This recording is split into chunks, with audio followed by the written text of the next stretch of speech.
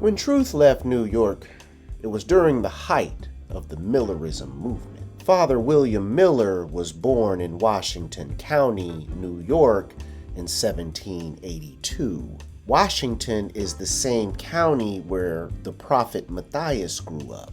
Miller's work closely paralleled his and may have inspired Matthew's. Miller was a dispensationalist. Dispensationalists made calculations when the end of time occurred based on the numbers cited in the book of Daniel. They believed they needed to convert as many people as possible before the end of time. Miller's exact apocalyptic dates were March 21st, 1843, and October 22nd, 1844. Father Miller's system of dating did not persuade Sojourner Truth. The Millerites welcomed her into their movement, but Truth was skeptical about joining them. An outburst of fanaticism convinced her that she was not a Millerite. The incident, known as the Stepney, Connecticut camp meeting, became infamous. At Stepney, John Starkwell whipped the crowd into a frenzy. He preached those who held the material things of the world could not be saved, and he singled out people as sealed for eternal damnation. People started to shed their symbols of vanity, whether clothing, jewelry, or false teeth. Sickened by the madness, Truth mounted a stump and called out, "Hear, hear." People began to gather around her. She addressed them as children and asked why they were carrying on so. Quote, "Are you not commanded to watch and pray?" End quote. She demanded. Quote, "You are neither watching nor praying." End quote. She invited them back to their tents to pray quietly. Quote, "For the Lord would not come to such a scene of confusion." End quote. Millerites who heard her regained their composure. Millerite ministers admired her boldness and willingness to argue with them and contest their Christian knowledge. Truth saw God as an all-powerful, pervading spirit that spoke to her directly as a voice in her head or through the scripture. She considered the Bible to be a mixture of God's words and the ideas of those who had written it. Millerites recognized her views on divine revelation as, quote, "one among the many proofs of her energy and independence of character," end quote.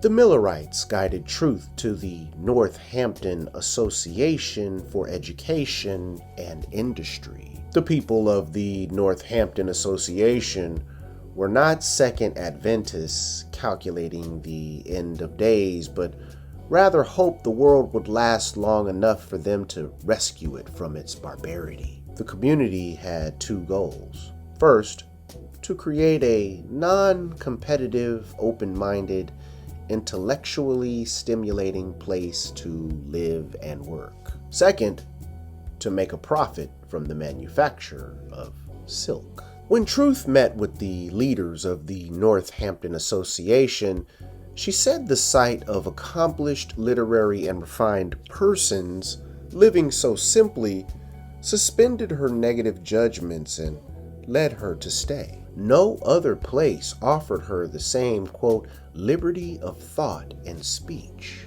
The need to mend class conflicts and the abolition of slavery were their basic tenets. Frederick Douglass's first meeting with Truth occurred at Northampton. Douglass was irritated at her lack of sympathy for his journey and rebirth. While Douglass was schooling himself to, quote, speak and act like a person of cultivation and refinement, end quote, he said Truth, quote, seemed to feel it her duty to trip me up in my speeches and to ridicule my efforts, end quote. Douglass saw Truth as a, quote, genuine specimen of the uncultured Negro who cared very little for the elegance of speech or refinement of manners, end quote. Through the condescension, Douglas understood what made truth successful. He said, quote, "Truth was a strange compound of wit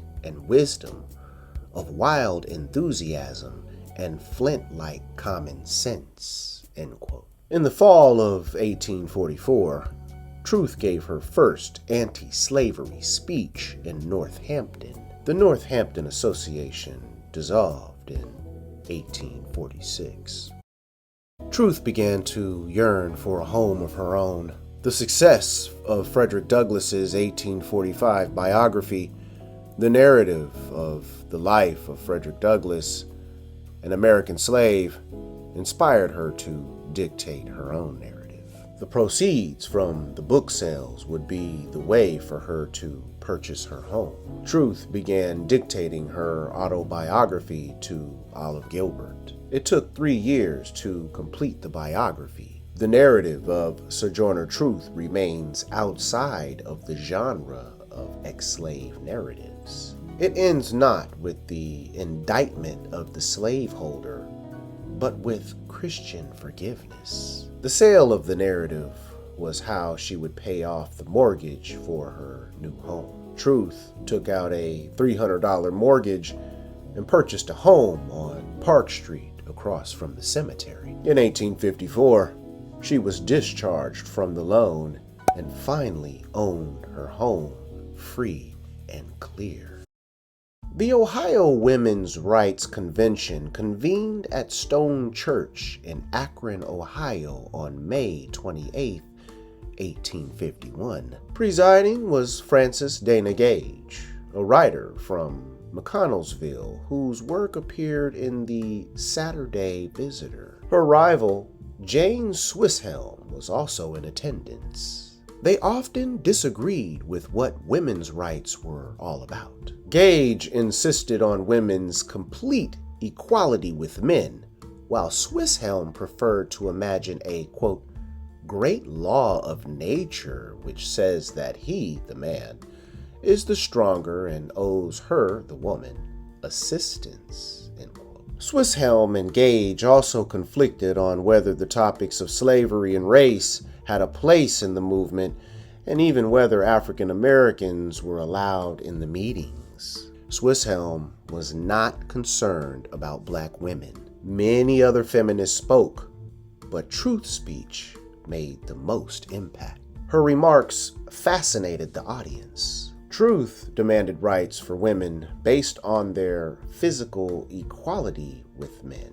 She gave examples of how she did the same work in the field as the men while enslaved, and belittled men who were perplexed by women demanding their rights. The fact that a woman can accomplish the same work as a man became a talking point still used today by feminists. Truth also cleverly used scripture to drive her point home. She encouraged them to look not in Genesis for the Bible's role for women, but in John and Luke for the stories of Lazarus, Mary, Martha, and Jesus. Jesus respected women and took pity on 2 sisters who begged him to return their brother to life. Women's rights conventions provided a golden opportunity to sell the narrative. Truth remarked, quote, "I sold a good many books at the convention and have thus far been greatly prospered," end quote. In 1850, the Fugitive Slave Act turned the entire nation into an enemy of black people. A slaveholder only needed to swear that a particular black person was his property, and federally appointed commissioners and marshals could draft citizens to assist in the capture of enslaved people.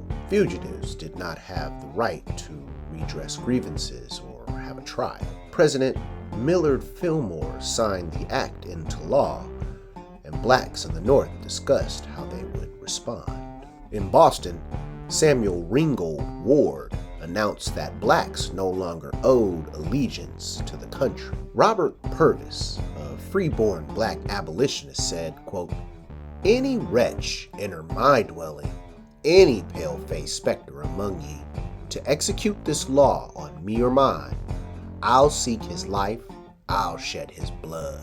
Many rescues of captured blacks, like the one Harriet Tubman led in Troy, New York, occurred, some successful, some not. Thousands of blacks fled to Canada to escape the hopeless oppression of the United States. The agitated times inspired Harriet Beecher Stowe to write the 19th century's most famous work, Uncle Tom's Cabin, or Life Among the Lowly. Truth lectured in a circuit that comprised nearly all white anti-slavery meetings to almost all white women's rights meetings. Her words were angry, and she foresaw a time when blacks would get revenge against white people. Truth exclaimed, quote, "The promises of Scripture were all for the black people, and God would recompense them for all their suffering in the world." End quote. In 1857, the Supreme Court declared Americans of African descent ineligible for citizenship due to the Dred Scott determination. In this hostile environment, Truth was still popular enough to convene a series of meetings in Indiana by herself. Her detractors knew her unique appeal was she was a formerly enslaved woman condemning the evils of slavery.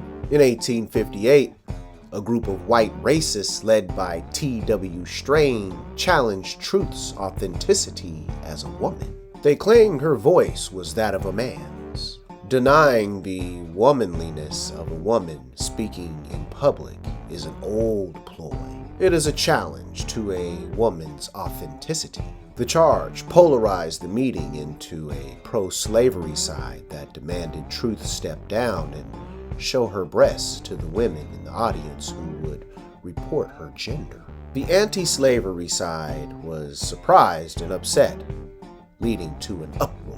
Truth responded brilliantly, shaming her questioners and attacked their manhood. Sojourner told them that her breasts had suckled many a white baby to the exclusion of her own offspring, that some of those white babies had grown to man's estate, that although they had suckled her colored breasts, they were, in her estimation, far more manly than her persecutors appeared to be, and she quietly asked them as she disrobed her bosom if they too wished to suck.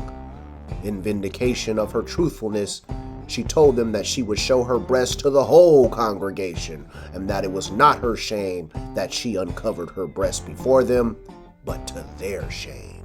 An attack intended to be a degradation became a moment of triumph. Spiritualism fascinated many reformer Americans of the 1850s, Harriet Beecher Stowe among them. Spiritualists supported the abolition of slavery and women's rights. They called their meetings progressive friends or congressional friends. A tenet of spiritualism is hearing from the dead. Although Truth was skeptical about communicating with the dead, she joined the spiritualists and moved to the newly founded community of Harmonia. Truth sold the little house in Massachusetts and joined the racially mixed community of Progressive Friends. Details of why she moved from Northampton are unknown. Hey y'all, listen, High Velocity Philosophy is a brand new channel, and I'm just going to do whatever I want on here. And if you like this kind of content, I really appreciate it if you liked, shared, and subscribed to this channel, all right? Peace.